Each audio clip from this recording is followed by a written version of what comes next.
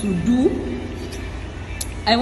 do something which I think they may be hard for you, and I promise to give hawk money. First, I want you to video your pussy and breast while showing much of desire so that I can ejaculate sperm while washing. Second, you send me your account number, I will send you 100,000. Third, I will be your boyfriend and I will give you much of things and never doubt on me. Finally, I need to have sex with you when we meet, and all this will surely happen if you agree. Never doubt me. Once again. Kun gan shi? Wallahi sai yanzu mani nake bude. Kun gan wai sunan wai Nazir. Ga namban. Wallahi ka fita a ido na, ire-iren ku fita a ido na. Ni fa ta inda na fi karfin ku kenan, ta inda na dare muku kenan. Babu shegen da zai ce wai na santa na taba yin wani abu da ita. To haka nan za ku ci gaba da kallo na wallahi. Sai dai iya zagi nan da za ku yi ku ce mu yar iska a social media, amma ba yar iska a zahiri ba. Ina ma ka gani a zahirin. Yan rainin wayo masu irin halin nan, Ubangiji Allah ya shirye da mu gaba ki daya. Amma wallahi ku daina mu haka. In kuka ci gaba da mu wallahi, in ma kana da aure ne, in ma kana da family ne, family ka suka abun kunyan da kake. Kun ga I will block the useless immediately. Nonsense. Let me deal with business people. Murna Hausa Top TV. Tasha al'umma, muna roƙonka idan wannan ce shigowar ka channel din nan ta farko, muna roƙonka da ka danna mana alamar subscribing, sannan sai ka zo ka taɓa mana alamar ƙararrawar sanarwa. Ta hakan ne za ka ringa samun labarai zafafa da ɗumɗumin su da zarar mun ɗora. Mun gode. Shin don sarkin musulmai ya cire hannunsa sai mu kyale Sheikh Abdul Jabbar ya huta bayan ya ci mutuncin manzon Allah sallallahu alaihi wasallam? Mai sauraro gyara zama domin jin cikakken wannan rahoton da muke ɗauke da shi a yanzu. Amma kafin nan da Allah kada ka manta, muna roƙonka idan har ya kasance wannan shine shigowar ka channel ɗin nan ta farko, muna roƙonka da ka dangwala mana alamar subscribing, sannan kuma kada ka manta ka danna mana alamar ƙararrawar sanarwa, domin ta haka ne za ka ringa samun labaranmu kai tsaye da zarar mun ɗora. Mun gode.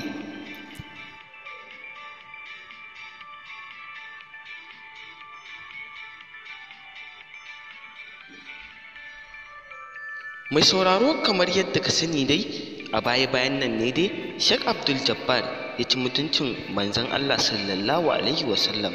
Kamar yadda mutane suka so a ɗauki mataki a kansa, sai gwamnati ta ce za a zauna a yi muƙabala da shi tsakanin malamai, kamar yadda mutane da yawa suke jiran a yi wannan zaman, domin kuwa ana so a hukunta Sheikh Abdul Jabbar.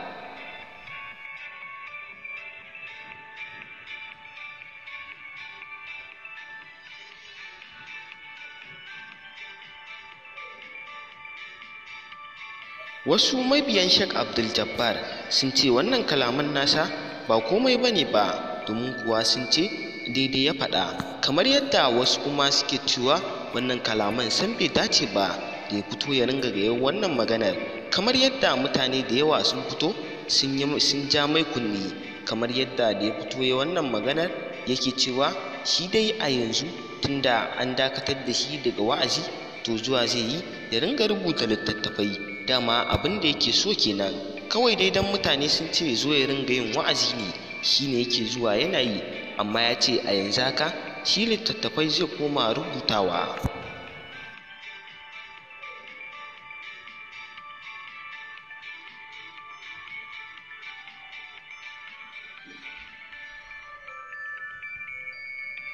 Malamai da yawa sun yi maganganu akan wannan abin da Sheikh Abdul Jabbar ya yi, domin kuwa ba kowa ne ya ji daɗin wannan furucin da yake yi ba, duba da irin abubuwan da yake faɗa ba su dace ba, kamar yadda mutane da yawa sun fito sun ciccike shi akan wannan al'amarin da yake faruwa.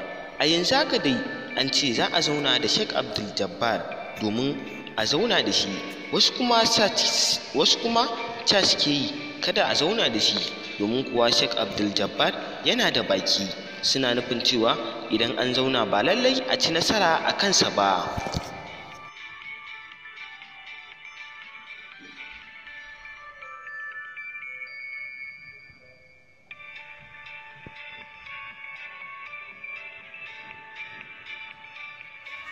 A yanzu dai haka dai an hana Sheikh Abdul Jabbar ya ringa yin wa'azi a masallaci, kamar yadda wasu ma suke cewa an rushe masallacin nasa.